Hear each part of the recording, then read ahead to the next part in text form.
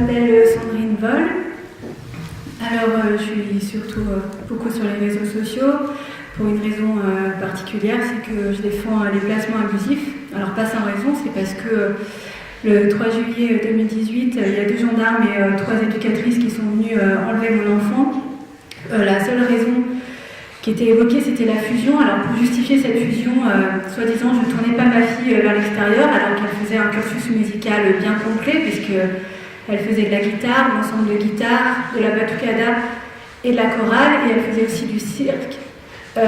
On m'a reproché aussi d'avoir déscolarisé mon enfant, ce qui était totalement faux, puisqu'elle rentrait en 6e et j'avais bien la fiche d'inscription de ma fille.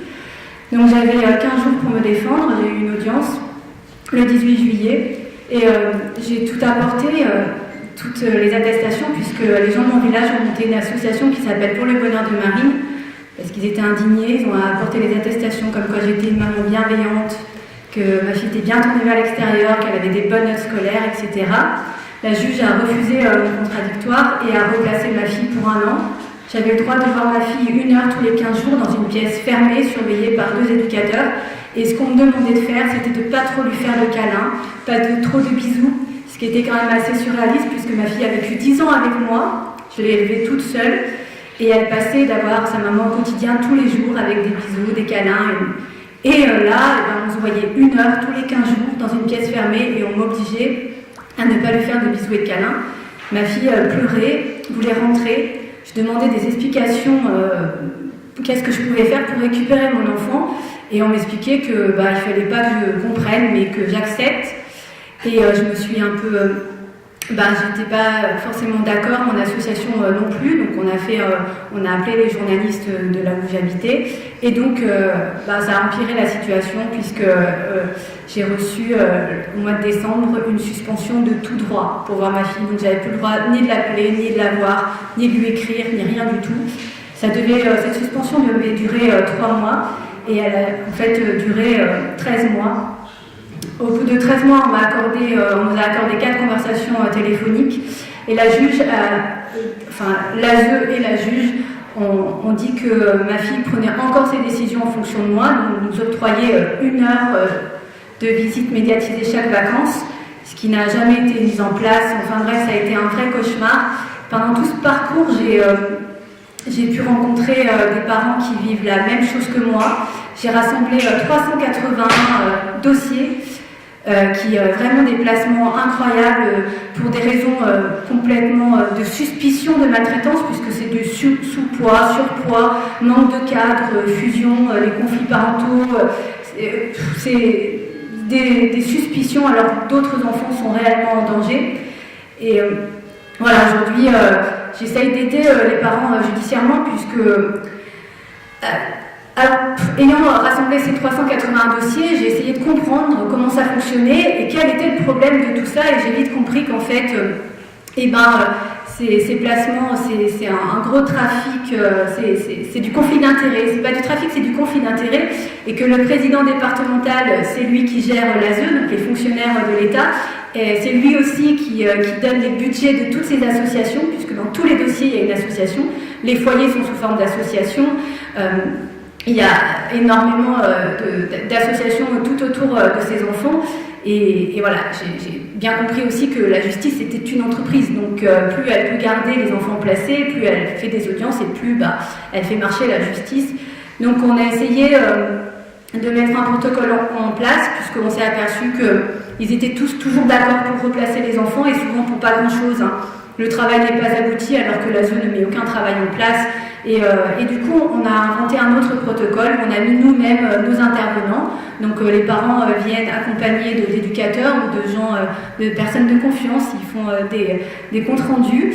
On a mis aussi des psychiatres qui sont de notre côté et qui font des expertises psychiatriques, parce qu'on est toujours en train d'accuser les parents de faibles. En même temps, quand on nous pique nos enfants, c'est vrai qu'on ne peut pas être super en forme. Et en tout cas, ces parents, ce sont des battants, et ils sont extrêmement formidables et humains. Et c'est pour ça qu'on les a choisis aussi, parce que souvent, ils sont humains et faibles, donc pour la société, enfin en tout cas pour ces gens.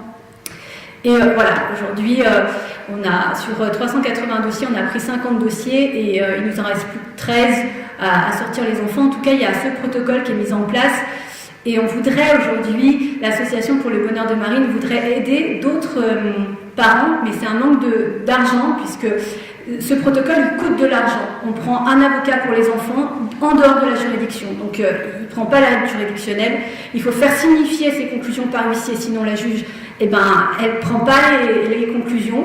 Et il faut mettre un psychologue pour les enfants, pour dire que les enfants, ils veulent rentrer chez eux. Et il faut aussi que ces parents fassent une expertise ou une contre-expertise psychiatrique qui coûte en moyenne 300 €. Enfin, tout ça, c'est de l'argent. Mais en tout cas, ce protocole qu'on a mis en place, il a des réussites. Alors des fois, c'est un peu plus long à mettre en place, parce qu'il y a des juges qui sont un peu plus... je ne sais pas comment je veux dire, un peu plus... Voilà, dites ce que vous avez envie de dire. Voilà, mais en tout cas, voilà, donc l'association pour le bonheur de Marine a envie aussi d'aider les enfants qui sortent de là, souvent à 18 ans, et qui sont mis dehors. Je me rappelle quand on m'a fait ma première suspension de droit, parce qu'on en a fait 2, j'avais déjà perdu 20 kilos suite au placement de ma fille. Et quand on me fait la suspension, je sais pas, j'ai plus envie de manger. Je me dis, je vais pas rester chez moi à plus manger. Et je vais au Puy-en-Velay, sur la place du Puy-en-Velay. Il y avait des chalets, c'était Noël, puisqu'on a fait une suspension juste avant Noël et juste avant l'anniversaire de ma fille. Et du coup, je rencontre plein de gens, et c'est là que je comprends que je suis pas la seule, et que c'est pas une erreur judiciaire, et qu'il y a plein de gens qui vivent ça, des éducateurs qui viennent me voir pour me dire mais c'est un cauchemar cette protection de l'enfance, des psychologues, des avocats qui me parlent aussi que c'est incroyable et qu'ils ont l'impression d'être impuissants, et je rencontre surtout 3 jeunes qui étaient mis dehors à 6 mois d'intervalle, et qui m'ont dit d'ailleurs que si leur maman avait fait une grève de la faim pour les récupérer, ça leur aurait fait très plaisir. Et ils étaient super, ces jeunes, et ils sont livrés à eux-mêmes, c'est incroyable. Donc en tout cas, l'association pour le bonheur de Marine aimerait avoir des locaux pour faire une brocante solidaire, une recyclerie, et pouvoir récupérer certains jeunes pour qu'ils viennent travailler. Et également, avec cet argent, si on pouvait... aider les parents vraiment financièrement pour les aider à sortir leurs enfants le plus rapidement possible. Donc voilà, on a besoin de partenaires, on a besoin de financement, on a besoin aussi de gens j'en connais quelques-uns, mais si on peut en avoir plus pour proposer aux parents, de bons psychologues qui peuvent accompagner ces parents, ou des thérapies. En tout cas, il y a des gens qui font du yoga, on pourrait organiser en groupe, et puis même aider les parents judiciairement, parce que nul n'est censé ignorer la loi, mais nul n'est censé la connaître. Et tous ensemble, avec nos petites expériences, on peut tous essayer d'aider ses parents. Et c'est vrai que quand on nous place nos enfants, on se rend pas compte au tout début qu'on est face à une magnificence judiciaire, administrative, et finalement on n'y croit pas, on se dit qu'on va s'en sortir, et au final, si on n'est pas préparé, on va pas le faire correctement, et du coup, ça sera pas possible de sortir nos enfants très rapidement, et plus on perd du temps, plus c'est difficile de les récupérer, parce que ces enfants, ils sont vraiment manipulés. On prive les parents de droits, on prive de l'autorité parentale. Combien de parents n'ont plus d'autorité parentale? C'est l'ASE qui signe les papiers à leur place, c'est l'ASE ils peuvent plus rien décider, alors qu'il n'y a pas de décision judiciaire qui le justifie. Mais tout ça, voilà, c'est d'éviter le lien pour que l'enfant, in fine, ça soit tellement compliqué pour lui, le lien avec le parent, qu'il décide qu'il n'en veut plus de ce lien. Et c'est ça, aujourd'hui, dans tous les dossiers, on voit ça, c'est que on a quand même des ordonnances qui marquent que l'enfant est trop perturbé après la visite médiatisée. Mais forcément, il est perturbé, il doit quitter ses parents à chaque fin de visite médiatisée. C'est perturbant de dire au revoir alors qu'il a juste envie de rentrer chez lui. Et bien la juge, l'ASE, va faire un rapport pour dire, comme c'est trop perturbant, on va réduire les droits. Donc, voilà, on va encore éviter ce lien. Et la juge, elle va toujours du côté de l'ASE. C'est tout le temps comme ça. Donc voilà, moi je crois qu'en étant solidaires, en étant vraiment tous solidaires, on peut essayer d'aider ses parents et surtout ses enfants. Parce que ces enfants, c'est un résultat catastrophique. Ce sont des enfants qui sont carencés psychologiquement, affectivement, et du coup, ils n'auront pas l'exemple quand ils vont être parents ou qui vont être en couple, ça va être extrêmement compliqué pour avoir donné des repères affectifs à leurs enfants. Et souvent, ce sont en plus des adultes qui se tournent vers les mauvaises personnes parce que ils n'ont pas l'habitude, même parfois, dans ces foyers, il y a des viols et des violences institutionnelles incroyables, et ils ont tellement l'habitude de ça qu'ils retournent vers des gens qui sont violents.